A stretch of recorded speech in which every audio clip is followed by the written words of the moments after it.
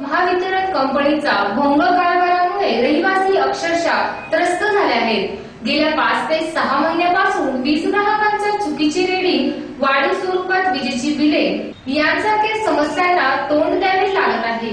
या भोंगळ कारभारामुळे या महावितरण अधिकाऱ्यांवर कारवाई व्हावी अशी मागणी ग्रामस्थांनी केली आहे। गेल्या 5 ते 6 महिन्यापासून धुळे तालुक्यातील बाळापूर तसेच फांगणी येथील महावितरण कंपनीच्या भोंगळ कारभारामुळे वीज ग्राहक त्रस्त झाले आहेत।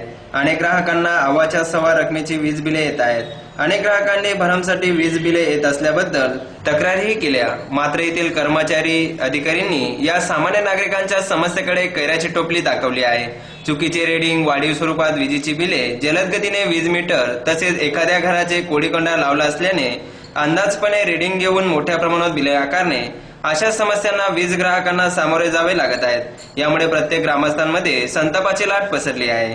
बाळापूर येथील रहिवासी सुनील नागो पवार यांच्या घरात पंखा, टीव्ही, लाईट असल्याने देखील त्यांना 3 ते 4 महिन्यापासून 2 ते 3 हजार पर्यंत बिल येत आहेत। या संदर्भात तक्रार देखील केली। कर्मचारी अधिकाऱ्यांनी येऊन त्यांना सिद्ध देखील केले, तरी देखील या महिन्यात 3000च्या आसपास बिले आले आहेत। तसेच अनेक ग्रामस्थांच्या समस्यांच्या आवासवीच्या पदाधिकारी यांनी आढावा घेतला। पाहूया ही विशेष बातमी।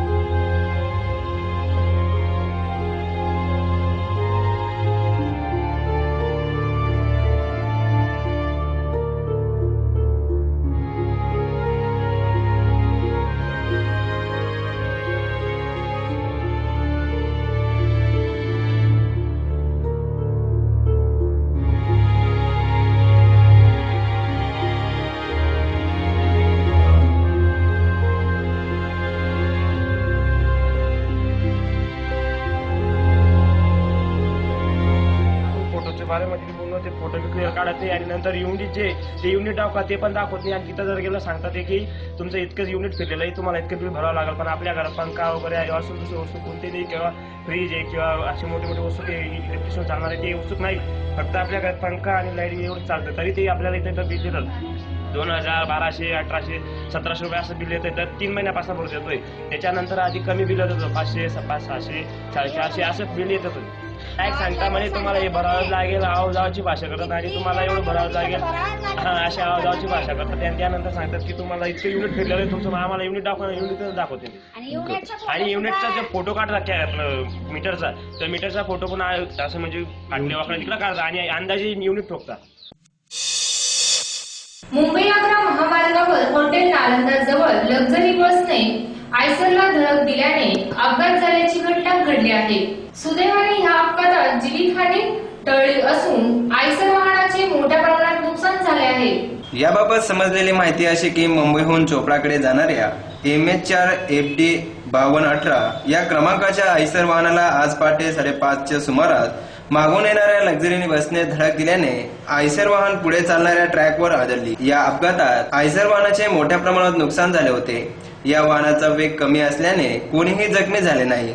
जितेंद्र संतालाल यादव, राहणार अलाहाबाद, उत्तर प्रदेश या वाहनधारकाने दिलेल्या फिर्यादीनुसार चाळीसगाव रोड पोलीस स्टेशनला अपघाताची नोंद करण्यात आली आहे।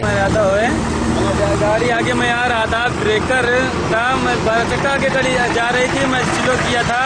ये राइट से मतलब कि वो ब्रेक अचानक इसको लिया, ये हल्का से ले में गाड़ी थोड़ा हिंचते चलिए, मतलब ठोक गई। आगे 12 टायरा थी मेरी गाड़ी, इसमें जाकर लग गई ब्रेकर। तो किसको लगा ये? नहीं, किसी की चोट नहीं लगी। शहरातील मोहाडी उपनगरातील संजय भाऊ नगर येथे कैलासवासी संजय महादेव पवार यांच्या 20व्या पुण्यतिथी निमित्त माजी आमदार राजवर्धन कदम बांडे यांच्या हस्ते वृक्षारोपण करण्यात आले। स्वर्गवासी संजय पवार यांच्या प्रतिमेस अभिवादन करून त्यांच्या आठवणींना उजाळा देण्यात आला। प्रमुख अतिथी म्हणून राष्ट्रवादी काँग्रेस शहर जिल्हाध्यक्ष मनोज मोरे, स्थायी समिती सभापती कैलास चौधरी, संजय बाले, माजी नगरसेवक विनायक शिंदे, भारत पवार, मनोज शिंदे, शशिकांत रवंडळे, शिवाजी वायसे, बळीराम गावटे, अर्जुन पवार आदी यावेळी उपस्थित होते। मोहाडी उपनगरातील विविध विकास कामांसाठी माजी आमदार राजवर्धन कदम बांडे यांनी परिसरातील नागरिकांच्या वतीने निवेदन देण्यात आले। कार्यक्रमास भगवान देवरे, आबा पानगे, धर्मराज शिंदे, एकनाथ देवरे, दगडू देवरे, भरत बोरसे तसेच आवाज टीव्हीचे संचालक संपादक माननीय कैलाजी करते, शरद बोरसे, कोमल पाटील, स्वप्नील शिंदे, कुणाल पवार आदी यावेळी उपस्थित होते।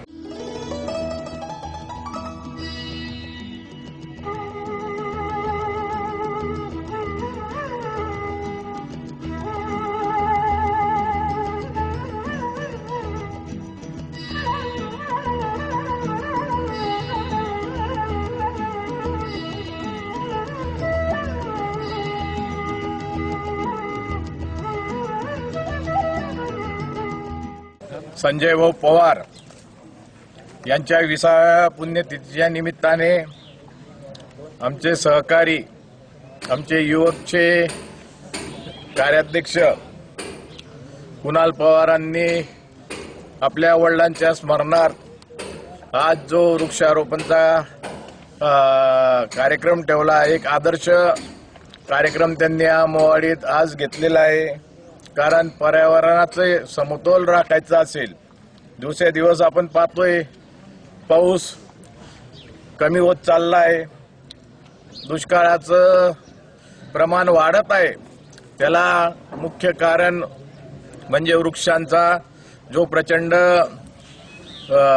तोड होती, हे त्याला कारण आहे। तर पर्यावरणाचं समतोल राखण्यासाठी आपल्या वडिलांच्या स्मृतीच्या प्रीत्यर्थ कुणाल भाऊंनी हे झाडं या इथं लावलेले, नुसते झाडं त्यांनी आणून लावले नाहीत, परंतु त्याला पिंजरा लावून या वृक्षांचं ते संवर्धन करणारे, वृक्ष वाढवणारे, पर्यावरणाच्या समस्यापासून आपल्या देशाला, आम्ही तर म्हणतो जगाला वाचवण्यासाठी हा प्रत्येकाने खारीचा वाटा उचलला पाहिजे। मी कुणाल पवारांचं या प्रसंगी मनपूर्वक अभिनंदन करून आभार मानतो।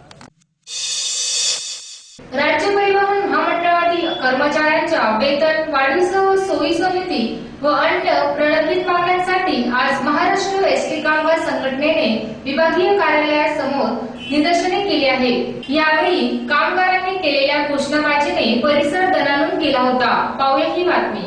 या संदर्भात संघटनेच्या वतीने प्रसिद्धी दिलेल्या पत्रकात म्हटले आहे की परिवहन महामंडळातील कामगारांच्या वेतनाचा करार प्रलंबित असून एसटी कर्मचाऱ्यांनाही शासकीय कर्मचाऱ्यांप्रमाणे 7वा वेतन आयोग लागू करावा, 7% महागाई भत्ता लागू करून त्यांचा फरक त्वरित द्यावा, चालक कम वाहक दुहेरी कामगार देण्यात येऊ नये, शिस्त आणि अपील कार्यपद्धतीचा गैरवापर करून कामगारांना चाचक असलेले काढण्यात आलेले पत्रक रद्द करावे, लांब पल्ल्याच्या फेऱ्या पूर्ववत सुरू कराव्यात, नो पार्किंग झोन अस्तित्वात आणावे, कामगारांचे शोषण थांबवावे, चालक वाहक व कार्यशाळा कर्मचाऱ्यांना गणवेशाचे कापड पुरवावे, तसेच सेवानिवृत्तांना निवृत्तीचा लाभ मिळावा आदी मागण्या यावेळी करण्यात आल्या। या आंदोलनात महाराष्ट्र एसटी कामगार संघटनेचे विभागीय अध्यक्ष दीपक पांडव, सचिव संतोष वाडेले, उपाध्यक्ष JM ठाकरे, कार्याध्यक्ष रवींद्र सिरसाट, खजिनदार दिलीप राजपूत, माजी अध्यक्ष सुजित पाटील, शत्रुघ्न सिंग जाधव, टीके पठाण आदी यावेळी उपस्थित होते। एसटी कामगार संघटनेचा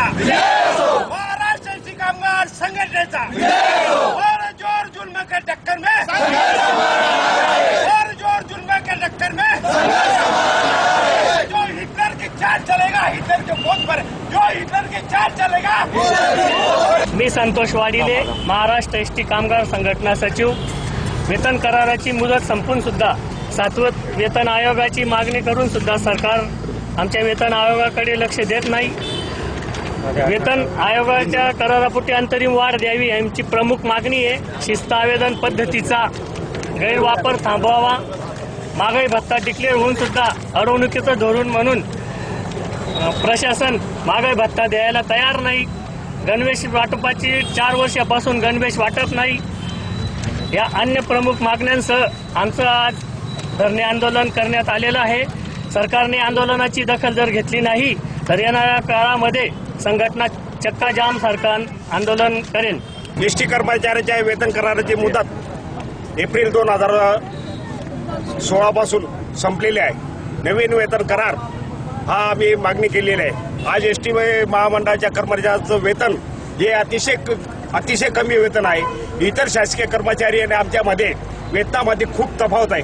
आज मार्केटला गेलं तर शासकीय कर्मचाऱ्याला ज्या भावामध्ये धान्य मिळेल ते धान्य एसटीच्या कर्मचाऱ्याला सुद्धा त्याच भावामध्ये मिळेल.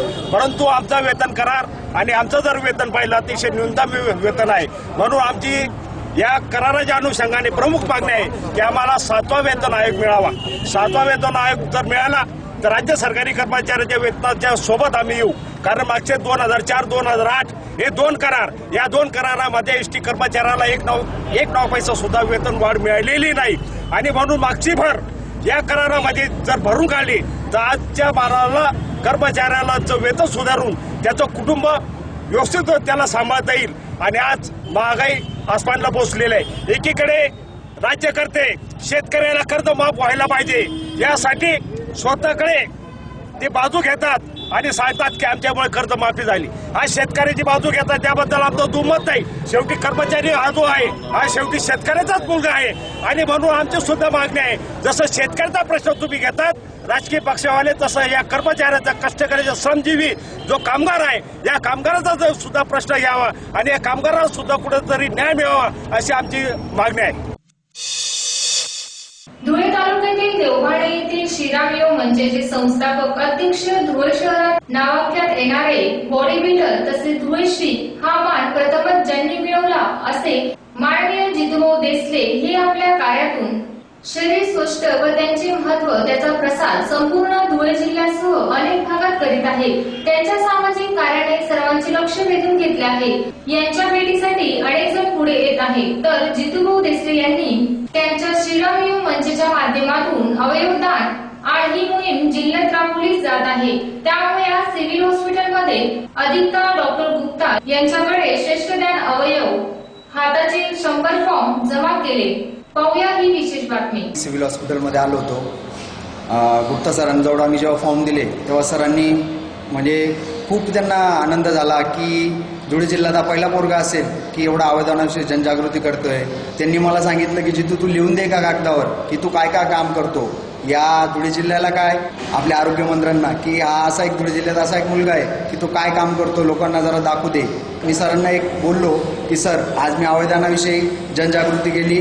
आता माझं पुढचं टार्गेट असणार रक्तदानाचं की कधी पण तुम्हाला रक्ताची गरज भासली तर आमचा श्रीराम युवा मंच तुमच्यासाठी अर्ध्या रात्री तुम्ही सुद्धा फोन केला ना तर आम्ही रक्तदानासाठी हजर राहू. आणि मी असंच काम मी पुढे करत राहील. मला कुठल्या पैशाचा नको ना कुठला पुरस्कार नको, फक्त एकच की माझा धुळे जिल्हा पुढे जावा आणि सर्व असंच पुढे जात राहावं. श्रीराम युवा मंचचे अध्यक्ष जितूभाऊ देसले यांनी 3 महिन्यात बरेच लोक कल्याणाचे कामं त्यांनी हाती घेतले आणि ते करून दाखवले. लोक बोलतात पण करून दाखवत नाही. पण श्रीराम युवा मंचचे अध्यक्ष माननीय जितूभाऊ देसले यांनी प्रत्यक्ष ते कृतीत आणून आणि ते करून दाखवले. घरोघरी जाऊन गावोगावी जाऊन त्यांनी श्रीराम युवा मंचाच्या माध्यमाने जनजागृती केली. लोकांमध्ये अवयवदानाची समज निर्माण करून दिली आणि अवयवदानाचं कार्य त्यांनी हाती घेतले आणि बरेच फॉर्म त्यांनी भरून घेतले. त्यांनी त्यांचा वाढदिवस साजरा न करता गोरगरिबांना फळं वाटप केली. सिव्हिल हॉस्पिटलमध्ये जाऊन रक्तदानाचं कार्य केलं. त्यांचे काही युवकांनी पण रक्तदान केलं. असं श्रीराम युवा मंचाच्या माध्यमातून जितूभाऊ देसले यांनी अनेक कार्य केले. नगरसेवक माननीय गुलाबभाऊ माळी यांच्या वाढदिवसात उत्सव संपन्न झाला. त्या वाढदिवसानिमित्त मान्यवरांनी सदिच्छा आणि शुभेच्छांचा वर्षाव केला.